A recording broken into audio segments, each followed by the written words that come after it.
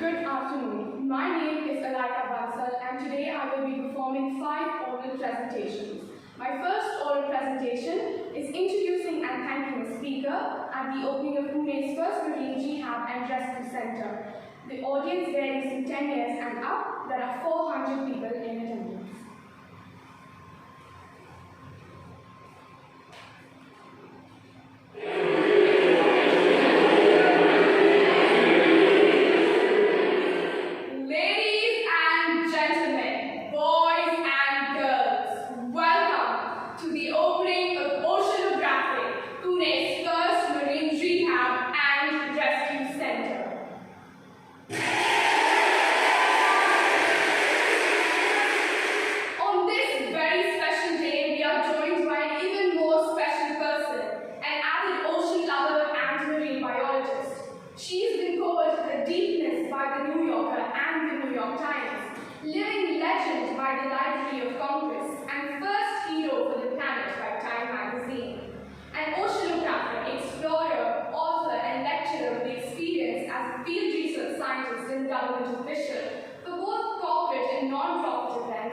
She has recorded more than 7,000 hours on the seas, discovering tens of thousands of species of aquatic life. The author of more than 190 scientific, technical, and popular productions, which have been lectured in more than 80 countries and appeared in hundreds of radio and television productions. She led the first team of women aquanauts during the Tech project in 1970 and has set a record for solo diving in a 1,000-meter depth. She has a BSc in Marine Sciences from Florida State University, MS and PhD from Duke, and 22 honorary degrees. She has discovered more than 3,000 species of aquatic life and has discovered undersea genes.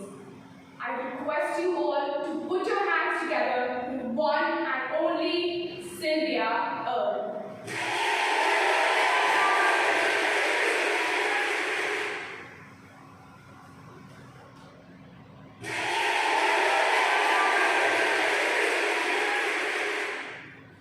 Thank you, Sylvia, for that insightful speech that has left everyone in this room speechless. But before I begin, I would like to quote Sylvia on something she said before that has become the reason all of us here at Oceanographic show up to work every single day. She said, and I quote, "There's plenty of water in the universe without life, but nowhere is there life without water."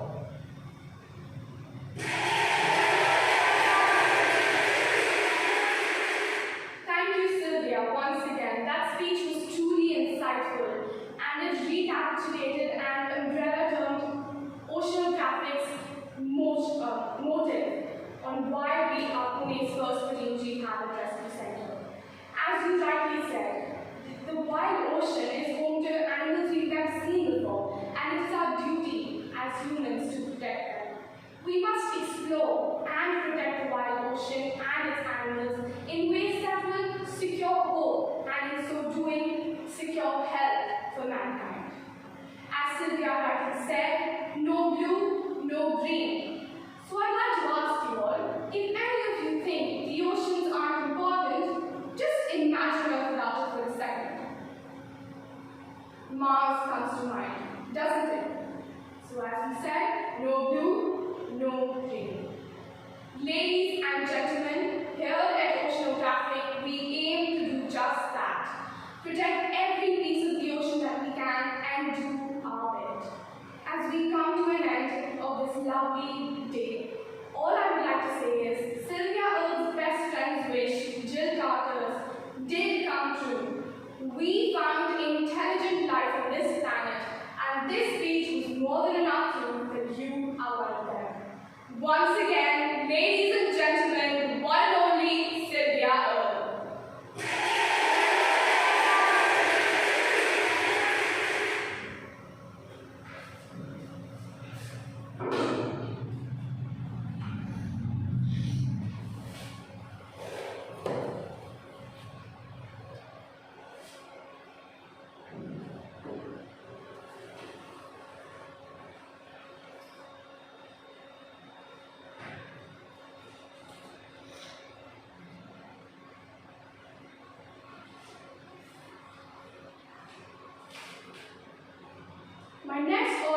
presentation is a story being narrated at the opening of the playground, Mumbai's first children's-only library. There are 12 to 15 kids in attendance, aged 5 to 8 years old.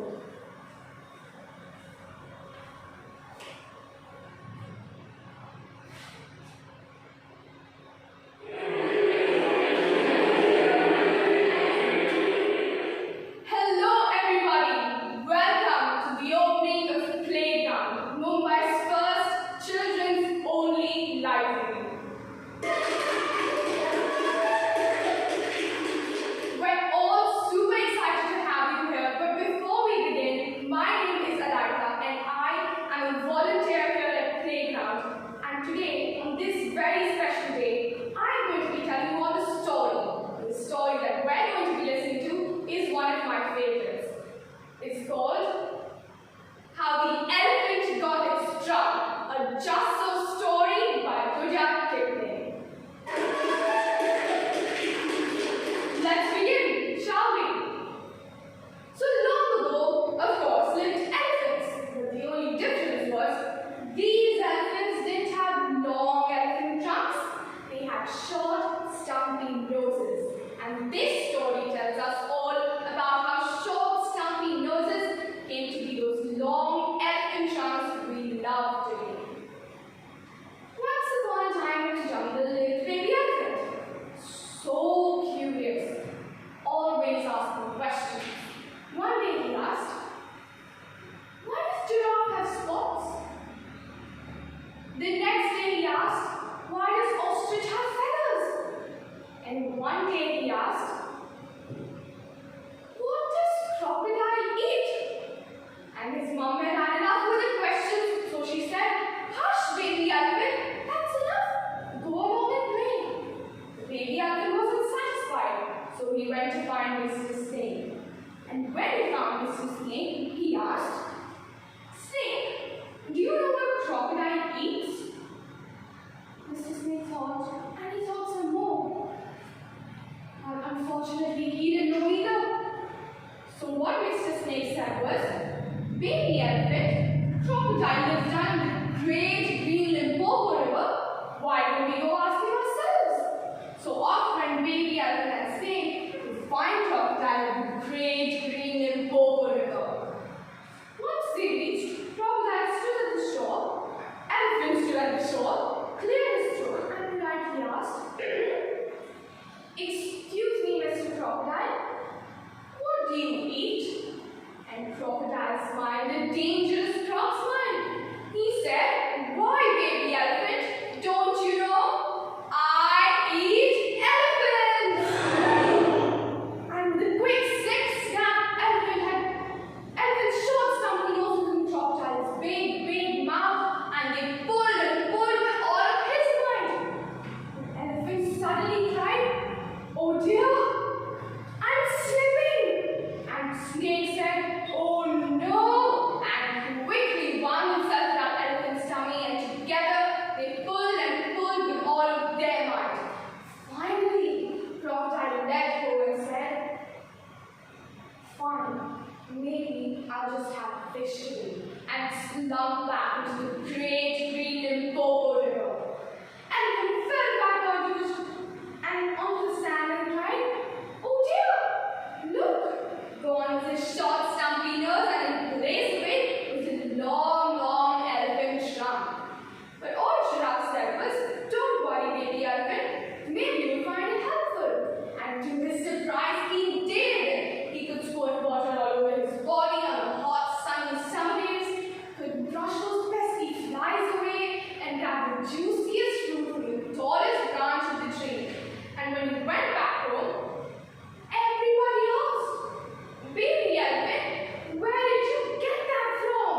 And all he said was, "Mr. Crocodile gave it to me." So everybody went down to the great green Limpopo River and got long elephant trunks for themselves.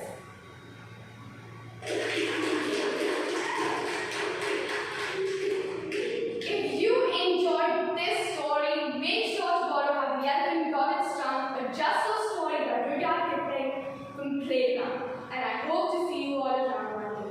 Thank you.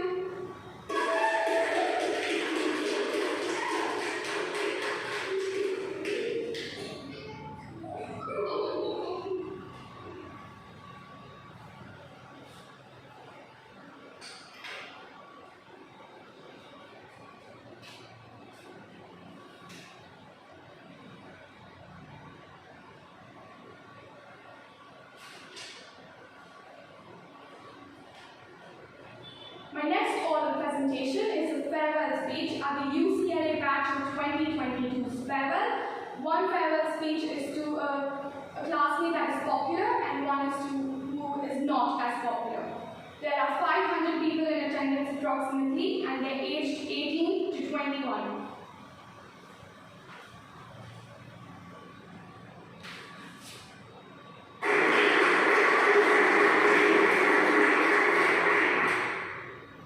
This is your host, Alaika Bansal, signing off after the best 4 years of her life on this campus, in this university, surrounded by all of you lovely people.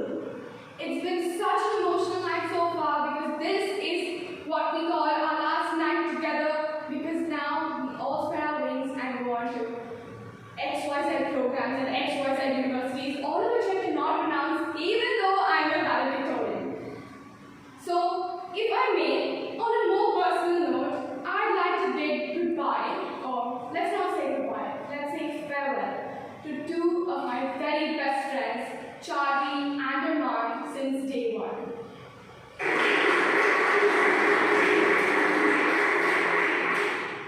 So, Charlie, the ever-smiling musical ways of IISP. Oh wait, no, not IISP, I keep confusing. Your soon-to-be college with UCLA. And I'm not ready to see you spread your wings and become the world-today solo artist that you are, but I have to, don't I? So let me just bid farewell to you and share a few of our favorite memories together with everybody so I can get the closure that I need. So, Charlie has been my first friend that I've had on this campus.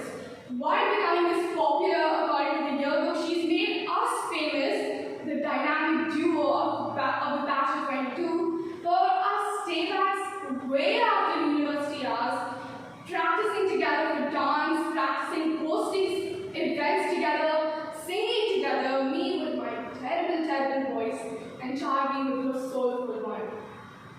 I'm not ready to wake up in the morning and not see her standing at my dorm door with a cup of coffee in her hand. But all good things must come to an end eventually. That's the one thing that I hold most close to my heart as a phrase, because that's what Charlie's always told me. So, like I said before, I'm not ready to say goodbye to either one of you, but I have to, because destiny has planned its own sweet things for all of us. But now that we're done with Charlie, I do have another person that I must bid farewell to. And it's high time that we did, because we've kept him covered under the spotlight. But he needs to be in the spotlight because he's the reason behind our super fast Wi-Fi, our stunning website, and absolutely everything technology related.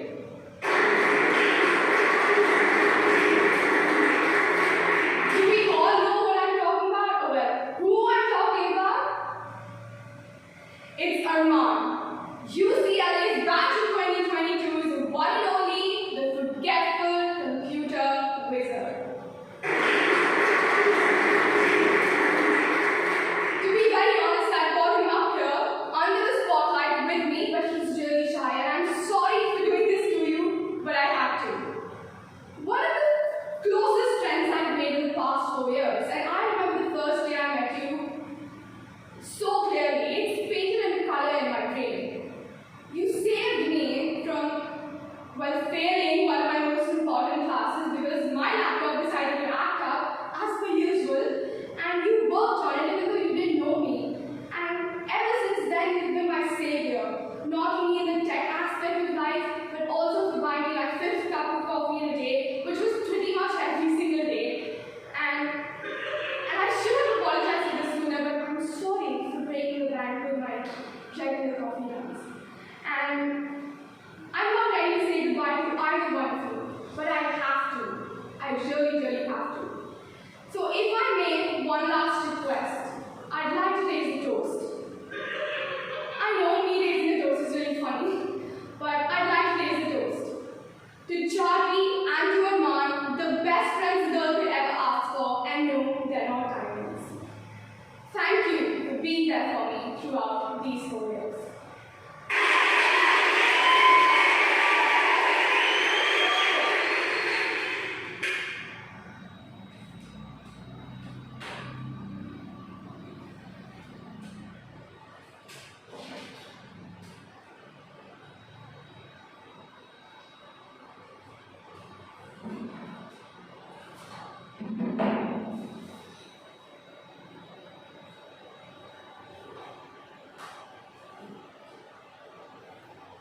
oral presentation is a news feature to utilize, once to a serious news channel and second to an entertainment one.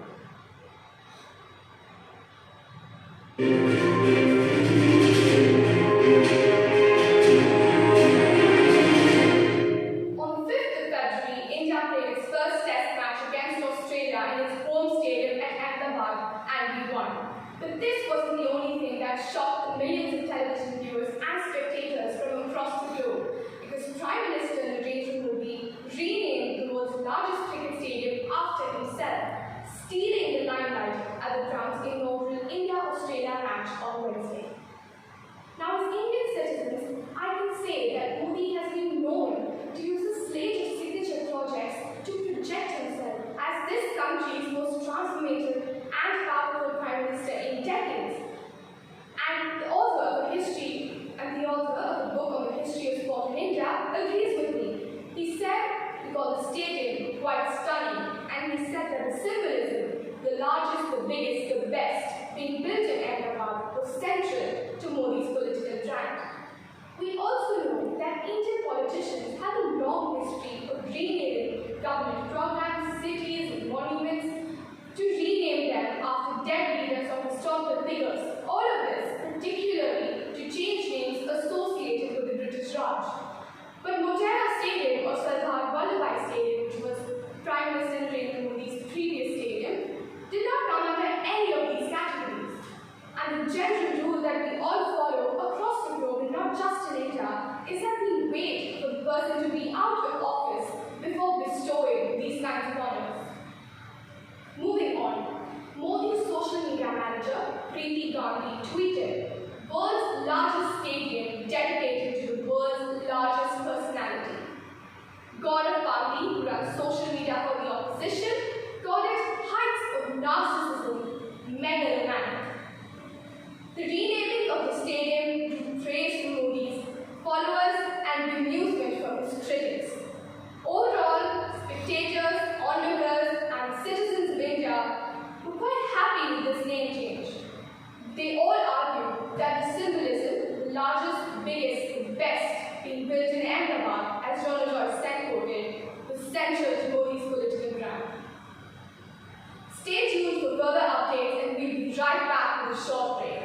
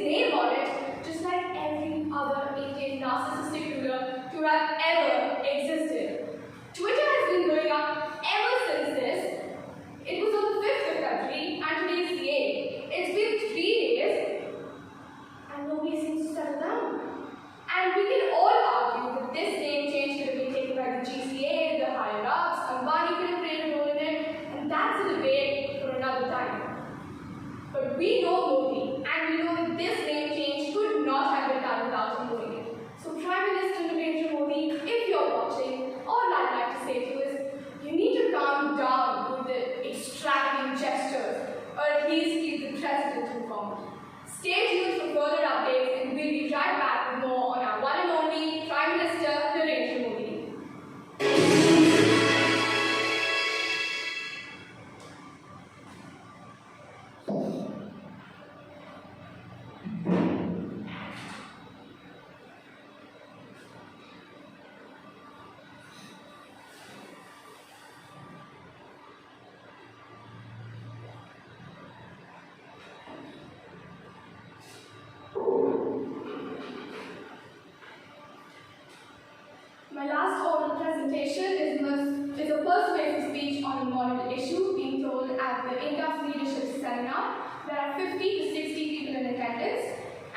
faculty and students aged 15 years and up.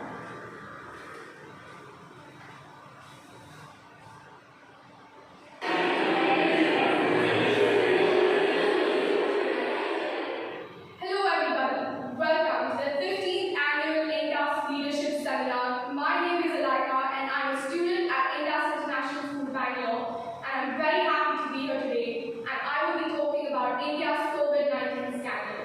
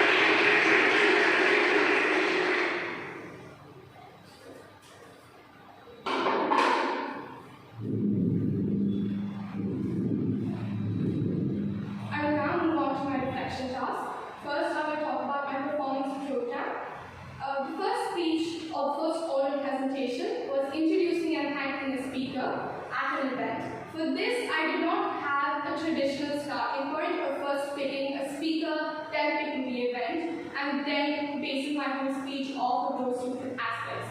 I was having a very tough time pinpointing on a person I would love to introduce and thank for speaking at an event if this were to be happening in real life. So I decided to work backwards completely. First, I decided to pick an area of knowledge that I'm extremely passionate about. And for me, that is scuba diving and marine biology. I'm a licensed scuba diver myself, so that's where my passion lies.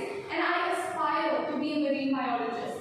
And I've always looked up to Sylvia Earle because every time I'm on a dive boat and my dive master starts introducing the dives of the day to us, somewhere or the other, they have always quoted Sylvia till today, and I knew that I wanted to do something along those lines because, as I said, I've looked up to her ever since I started my scuba diving journey. And the reason I aspire to be a marine biologist or an oceanographer is because of the passion I see in her and how much she's inspired me to do better every single day.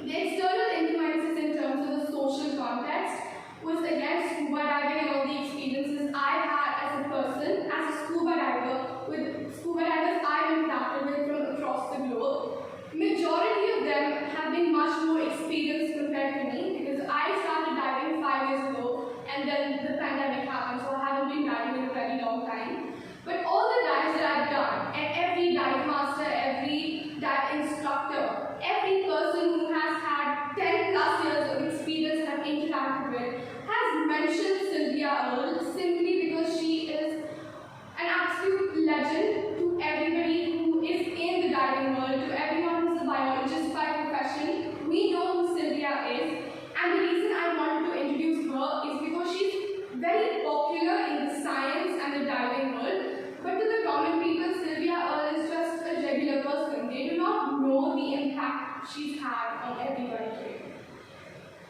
To plan the speech and to create balance and variety for my audience, in the introduction, I decided to shoot them with straight facts about who she is. Because like I mentioned, not a lot of people know who she is. And I decided to talk about her accomplishments, who she is, where she's done her education from, and awards that she's won. Very, very straightforward as a typical introduction would be to introduce any speaker at an event.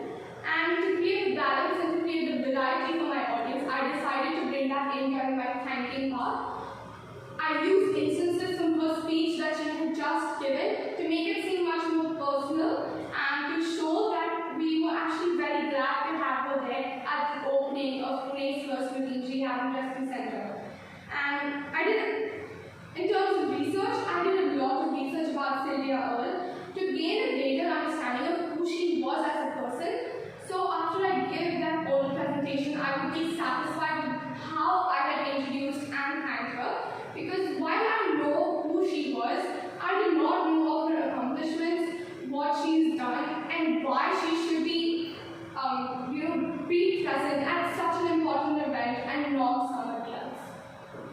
My next oral presentation was a story being narrated at the opening of Mumbai's first children's only library. I decided to pick a story that was narrated to a group of children, apart from any other prompts that were given to us. Because as a child, you always have this certain idea of how your mom and dad or your guardian should recite a story to you before bedtime, and somehow that just doesn't happen with the voice modulation, with the way they're talking, with the sound effects, and I wanted to create that for the group of children that were there present at the opening of this library. I wanted to satisfy the inner child in me, and somewhere down the line, know that I've done my best to narrate a story, whether it was to an imaginary group of children, know that I've done my best, and that somewhere or the other, one day, a child is going to know exactly how a story should be narrated.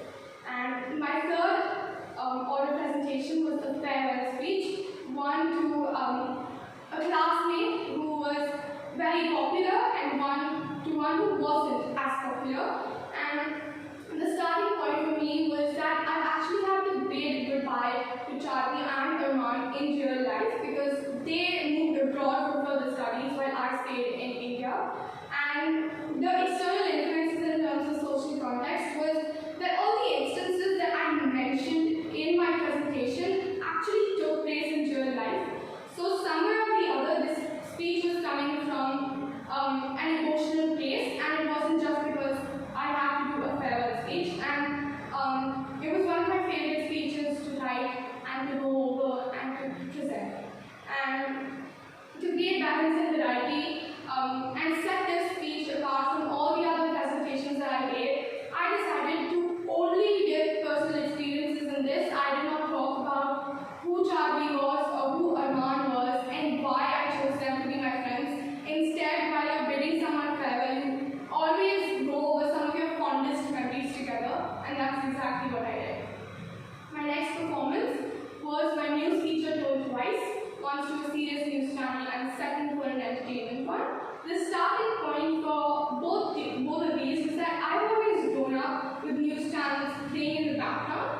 My dad constantly watched CNN News 18, and my sisters always watched BS1 News on YouTube. And that's why I knew I wanted to take these two news channels and bring out the journalist in me, because somewhere or the other we all have that one instance where you want to give your best at explaining what's going on to everybody else. And I decided to pick the renaming of Motera Stadium to Narendra Modi Stadium because it was the talk of town, talk of India actually for weeks when the Prime Minister Narendra Modi went to go about it, and that was my main social context for this speech.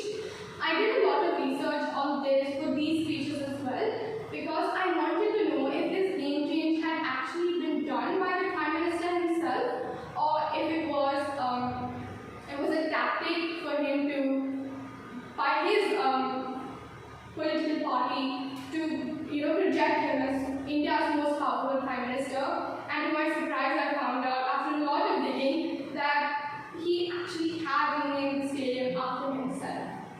And my last oral presentation was a persuasive speech on a moral issue, and I decided to make India's COVID-19 scandal, as I call it, as my starting point to write this speech, because when you're a citizen of a country, you do not look at what the United States have done wrong in handling the pandemic, or what India would have done better in terms of what Australia did to handle COVID-19. When you live in a certain country, you only look at your government's flaws, you do not look at what they did right. It's human nature.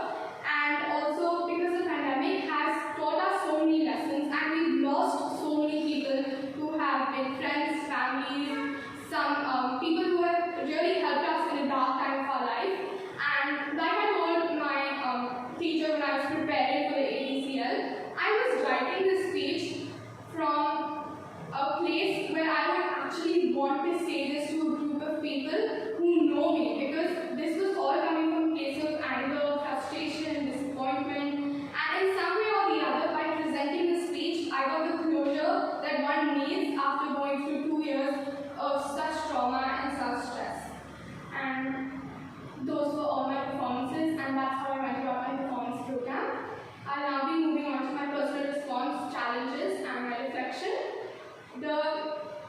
So the two things that I found challenging in my program and while preparing for my ATCL was actually switching between characters, switching between personas, completely changing the mood of the audience and the mood that I've created in this room with just about mere 10 to 30 seconds of my introduction of the particular presentation to have to do that. Because changing the tone and changing the mood of the whole room and creating a different atmosphere in just a couple of seconds is a very, very hard task, and that's what I found most challenging. The main skills that I used to approach this challenge were obviously my vocal and physical skills. In terms of vocal skills, the main skills that I focused on were pace, tone, and pitch. Because if I focused on these three, my tone and my mood and the atmosphere that I wanted automatically would change for each speech. And working on my pace was another challenge that I faced. I would either go really fast or really slow. I found it very hard to find the perfect balance of my pace of talking. And the thing that I've discovered by working through this challenge is that the phrase that all elderly people in our lives go around has always been practice makes perfect for me as a person. And during this exam, I understood the essence of that phrase, practice makes perfect, because if I hadn't practiced and put in an hour every week, I would not be able to give my best and be perfect in terms of my understanding of perfect. And for the last part, health and safety. In terms of safe practice on stage, all of my practices have always been one-on-one or maximum with like 2 people apart from my trainer in the room. And I never really worked with an audience because, again, of the pandemic. And in terms of sustaining focus and energy, it became very hard for me towards the months leading up to my exam, because college was starting again, totally in person, 5 days a week. So I found it very, very hard on how to divide focus and energy to my ATCL and give my best shot while also not letting my academics go down. And That's been my experience preparing for the ATCL. Thank you.